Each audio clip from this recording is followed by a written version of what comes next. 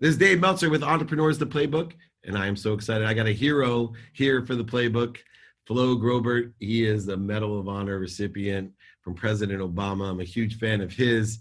He has sacrificed and invested so much in our country, for our country. He now works for Boeing as a VP of Sales and Marketing, more traditional role, but also a motivational speaker. Flo, welcome to the Playbook. Thank you for having me, David. It's an honor. No problem. Is that a spaceship you're in right now? I wish. I'm in the vehicle right now. My wife's actually at the doctor's, and so she wanted me to drive her. And I can't go in, so this is my new office. Yeah, I get it, man. And I'm blessed. This is my very first day back in my own studio. I'm all by myself, but normally I'm in a closet. But you're no stranger to, exterior circumstances or change affecting the way that we perform. And so I wanted to have you on to talk about some of the key components of mindset that you've utilized under some very anxious conditions, far more challenging than what exists today. Maybe getting into a little bit of your background, how those mindsets developed and where they are today. It's everybody has a foundation that starts in their youth. And for me, it really started when I had the opportunity to come to the United States. I didn't speak English. And I remember being put into the American school system, and I was in English as a second language for English. But the rest of the other classes, history, math, PE, I was with the other kids. So I remember that being a first challenge for me to truly how do I integrate myself with these folks? How do I make friends? But how the heck do I even understand what's going on? And it forced me to really adapt at a rapid rate. And for me to do so, I really had to put in a lot of hard work. So I spent a lot of time when I come home from school after practice, working with my father, working with my mother, trying to figure out ways for me to better my English. I remember that they made me, this is always interesting, Romeo and the Romeo and Juliet a book play, and I couldn't speak English really. So everybody was making fun of me, but in a good way.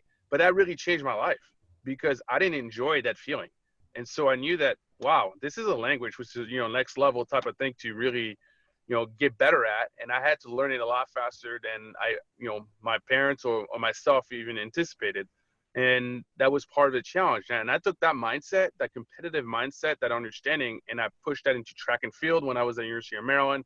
And then I took that into the Army, specifically in a combat situation when I was a rookie in Afghanistan in 2009 with a team that had been fighting already for 4 months. And here I came in, stepped in as a leader, and they were supposed to follow me. That was a big lesson for me, but I took that mindset and I went in it, and it helped me to adapt, evolve, overcome, and, do my job. And you are a great leader and a hero, but when you came into that situation, what are some of the key things that you thought about in order to earn the respect and to lead? And what are those things that people, because I think it's really important today, because people will be stepping into new roles, different roles, and also helping people with great challenges.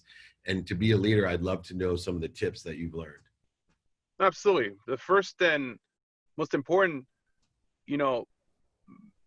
sort of mindset that I had to adapt and truly believe in and live with is the fact that I went to my team and I went to my number 2 in charge, and I told him, listen, I'm taking my pride, I'm taking my ego and my rank, and I'm putting them to the side. I'm talking to you as a human being, as man to man, and I'm telling you that right now, the most important thing in the world for me is to make sure that I take care of all of you while I accomplishing the mission. And so it was the ability to be vulnerable but not appear weak. It was the ability to ask for guidance and mentorship to someone that you're supposed to be leading without appearing weak. It's also a sign of respect. And that individual was Corey Staley, and he had been 16 years in the Army. This was his 4th deployment, and here I am, new lieutenant, never been deployed, and I'm supposed to be his boss. So I knew that I had so much to learn from him, but I also knew that I had to go out there and lead him and those men. And then the second part about that is I believe in transparency. And so when I told the rest of the team that later that night what the plan was with Corey Staley, they were shocked. They were shocked that the lieutenant would tell them straight up, like, hey, over the course of the next 7 days, I'm going to be very quiet because I'm here to learn. I'm going to watch and listen to the way you react and communicate during firefights. I will take the time to come and talk to every single one of you, so I get to know you personally. And then I'm also going to have, devise a game plan with the commanding officer and with Corey and the rest of the squad leaders. But I'm also here to learn. And to them, that was new. It was awkward, I guess, for some of them. But in the end, it helped us. 200 plus firefights in that tour. And, I came out a different type of leader, a different type of individual. But I truly believe that the success behind that tour is because I was really able to take my own ego and my own pride and put them to the side and lead, with a mindset of team first. That's amazing. And the illumination and vulnerability are two things that I think people should focus on. I always say, if you're vulnerable, you're invulnerable. And the transparency allows people to clear that connection of fear between at least each other, which then helps us with fear of certain circumstances. One of the other things that's happening right now, I always say, people, when you squeeze a lemon juice comes out, because that's what's inside a lemon. Can you talk me through, the heroic efforts that you have when you were probably squeezed to your limit, and we got to see the heroic juices that were flowing within you, no pun intended, flow?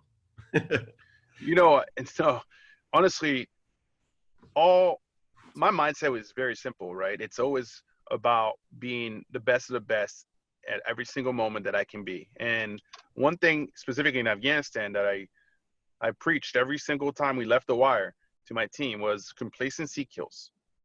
And that means that we need to be at 100% every single second, every single minute, every single hour that we're outside the wire, because the enemy is patient. The enemy will wait a long time, weeks, months, to strike when they see you being complacent.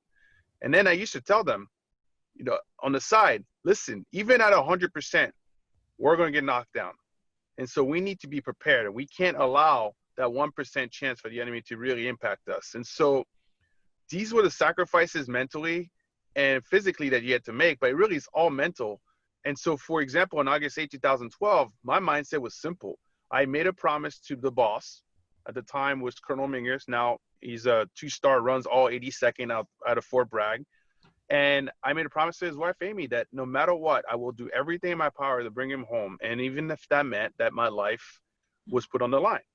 And so when I was presented with a situation with a suicide bomber, and I couldn't see a weapon, so I had to improvise on the spot in regards of an escalation of force. And the only way I could think to do so was to charge at him, hit him, and throw him away as far away as possible, as quickly as possible from everyone else.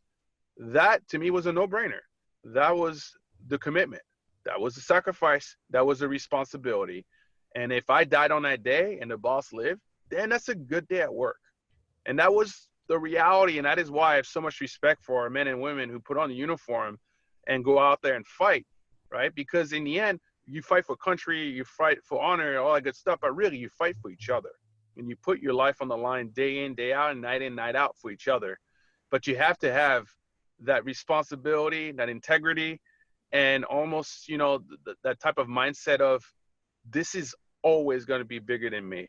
And I'm only play a small part, but if I don't play that part, disaster will come. It's so important, as we all do play our parts. Even today, with what's going on, I look, outside and see, the postman come up and take my mail. And I think to myself, that's no different of what danger they face walking the neighborhoods, of touching mail and touching everything. And, also that people can communicate and allow our systems to continue to effectuate and to grow. Even the people, the candy stripers that are going in, people are dying with no one around them, and they're there to hold a hand. It's incredible. And I think, you as a leader, someone who we can look to and say, look, it's a day at work. We do this for each other. We're connected. I'd love to understand how fear plays a role in your life, because so many people, to me, I practice ending fear, right? I feel I'll do whatever I can to allow life to come through me. I give my life away to others, and so have you. But what role does fear play in your life today, and how has that evolved as well? Well, I 100% believe that fear keeps you alive. Fear keeps you aware. Fear keeps you sharp, and fear makes you almost invincible in specific ways that others would not potentially react in the same way if they, thought that I got this, or I'm, you know, you can't touch me. By that, I mean, I always had to be on point, right? Whether it was working for the army, in the government, in the agency, or when I was putting, together a video for LinkedIn, or now today dealing with my customers with Boeing. I have fears. I have fears that a customer is going to say, we don't ever want to deal with you now because of this, right? So, but I don't allow fear to bring me down. I actually look forward to it because fear keeps me sharp in the sense that, wow, okay, I know I've had this training. I know I've had these experiences, and this is how I'm supposed to react to it. But I have to really trust my support system. It challenges me in looking at, the whatever the situation is, and stepping outside the box, bringing in new people, bringing in folks to challenge my own ideas or my strategy. I love red teams. And people, so a red team to me is, some people call it different names, is an individual or a group of individuals that come in, look at your plan, and they crush it. They tell you, well, have you thought about this? This doesn't make sense. Why would you even do this? Right? And it's uncomfortable. It sucks, but it allows you to see it in a different way. But fear really has allowed me to, throughout my life, guide me in the right direction. It has reminded me of the consequences, it also of the and also of the challenge. And so I use fear, I use adversity, I use obstacles, all these negative, words, or people feel these are negatives, and actually turn them into a positive because they allow me to build a better plan, to utilize my support network in a specific way. It also challenged me to think with a different type of mindset, and it keeps it fun. I hate to say it, but it keeps it fun. If you know everything that's coming at you, you know exactly how to do it, it's boring. Fear tells me that, man, I'm into something that's really important, and there are consequences behind it, and I can't wait for the challenge.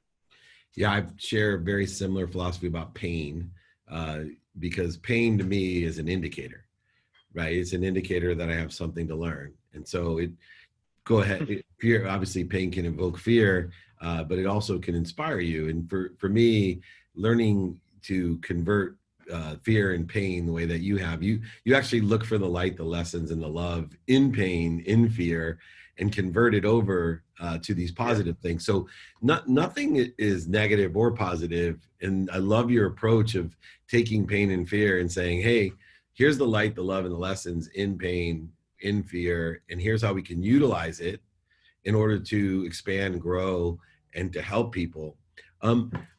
Real quick, your perspective of selflessness, is that one that comes from just childhood coming here, and was it born into you? Were your parents ingrained it in you, or was it an evolution over your entire career? I would say it's an evolution of my entire career in the way I see myself today and the expectations I have for myself. But everything starts with an experience and maybe a relationship, and it grows from there. And for me, it was my uncle. When I was young, I was 12 years old. He was killed in Algeria. He was fighting a terrorist organization called the GIA, and he was in the special forces. But before that, he was 22 years old when he died. Before that, he was an imam. And so half my family is Lutheran, the other one is Muslim. See, everybody can get together, right? But and his entire life growing up, he wanted to preach the Quran and the beauty of it, right? And so when these individuals, just like ISIS, just like Al-Qaeda, came in and tried to rewrite his book and pervert his beliefs and his religion, he went and fought them. And he gave his life for his beliefs. He gave his life for us. He gave his life for his country. And that was at a young age that changed me.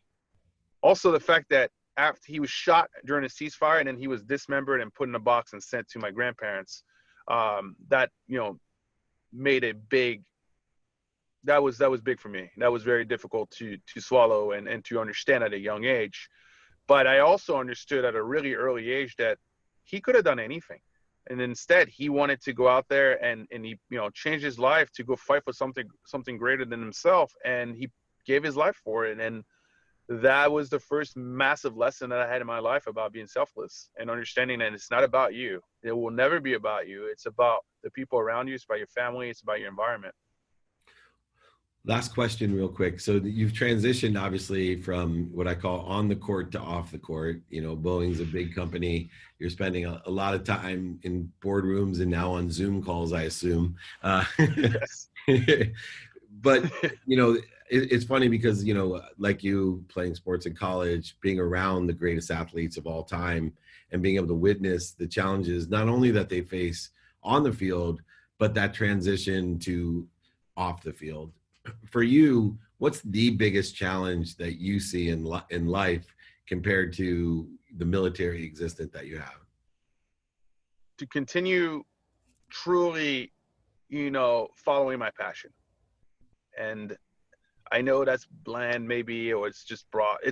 But that's the truth. And if I am doing something that I am not passionate about, that I don't believe is going to make an impact for people around me, that I don't believe it's going to follow the one promise that I made to the 4 Gold Star families, which is to earn the right to still be on this earth, to make them and my brothers who didn't come home on August 8, 2012, Command Sergeant Major Griffin, Major Gray, Major Kenny, and Ray Gay proud that I lived, then that is not the path that I will take. So for me, it's just follow my passion, continue doing some good for others around me, make sure that I am a good husband, a good friend, a good person, a good citizen, and an outstanding businessman. And so I keep it very simple.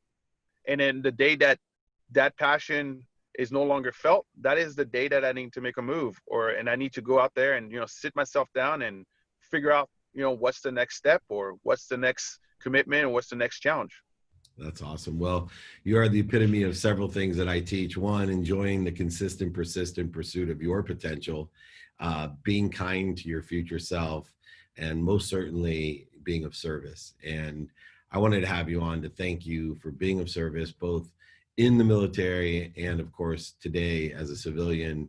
You continue to represent what we built America on as an immigrant, and what will extend America on with kindness and compassion. So thank you so much for your service, my friend. It was so nice to meet you virtually. I can't wait to see you in person. Thank you so much. The great Flo Groberg. Thank you, hero, here on Entrepreneurs, the Playbook.